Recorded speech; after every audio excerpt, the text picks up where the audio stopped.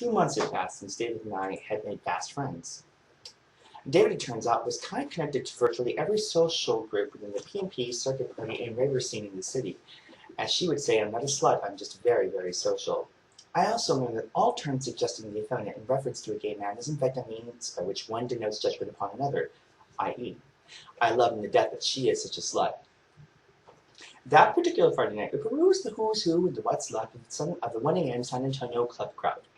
Slim pickings did not even begin to describe it before us. However, we were on a mission to locate a gentleman by the name of Federico, our meth connect dealer. By 1:30 a.m., we procured our illicit purchase and resumed festivities in the local bathhouse later that night. There was another weekend of lube and Liza, wherein a virtual parade of NSA and arms bareback sex was guaranteed to ensue. Married men, army boys, Latin and African American guys, all the DLs from virtually every dark hallway and glory hole to be found. David and I were partners in crime, but better sisters than lovers. We would sooner share a man than share each other. By the time we left San Antonio for Austin, it was Saturday afternoon. The drive back was slow going, and the sun was not kind, as dark shades and tinted windows were the only thing we had shielding us from the unrelenting sunlight. Glancing at David, I saw a mirror image glaring back at me from the driver's seat. I wasn't the one with legs raised higher and wider than everyone else. However, I shared virtually every encounter with my friend. I knew it had been years since I had been tested, and David hadn't been tested since Frankie went to Hollywood. Then the thought occurred to me. Perhaps it was time that I invite David to get tested with me. I shared my thoughts, and he agreed. It was time. Later that week, David and I went to the clinic to receive the verdict.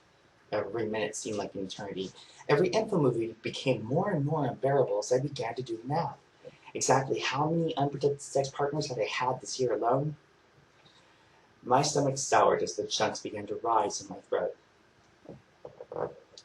I imagined a worst-case scenario playing out as I always had before, certain that this time my HIV test result would come back positive, only to be told it was in fact negative.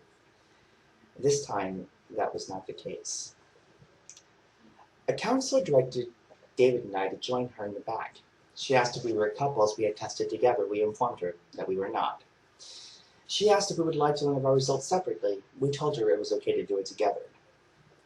That day, David and I discovered that we were both HIV positive. Though my infection was fairly recent, David, it turns out, had been infected for quite some time. The ride back home was filled with an awkward silence.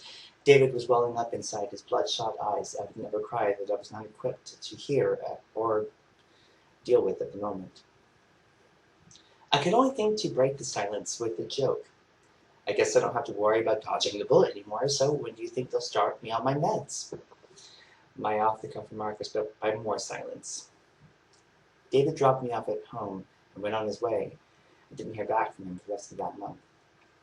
I spent the next 2 weeks running labs with my doc and discussing possible treatment routes. My T cells were still high and my viral load was relatively low.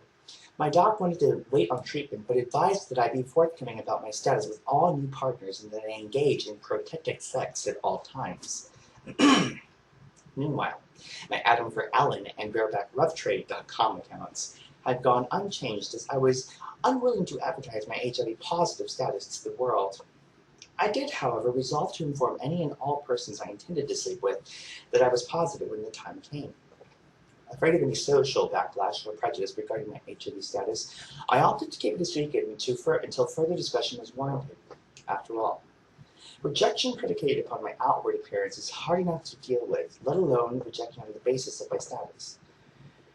I tried to share my status with a few persons online, only to be met with silence or judgment and blame for not revealing it in the status section of my online bio. I just wanted people to know me before they judged me. Slowly, I began to seek support from peer advocacy programs, friends, and loved ones. I began to educate myself about my status and how I could become an active participant in my own healthcare. For all of my efforts to inform and be informed, I also learned that real friends run to you when others run away. Though I had genuine support in life, I could not feel more alone in bed. I wondered if anyone would want someone like me. I began to feel like damaged goods. The P&P world was beginning to look a little more tempting, as there was no judgment in a world without inhibitions. There was no rejection in pump and dump and anonymous sex. though I was more of a chill and spill kind of guy. PMP offered an escape from my reality, and a chance to forget my problems just long enough to chase that one golden moment, that one exquisite high experience that one can waste their whole lives trying to replicate. Perhaps I could even find my friend David again.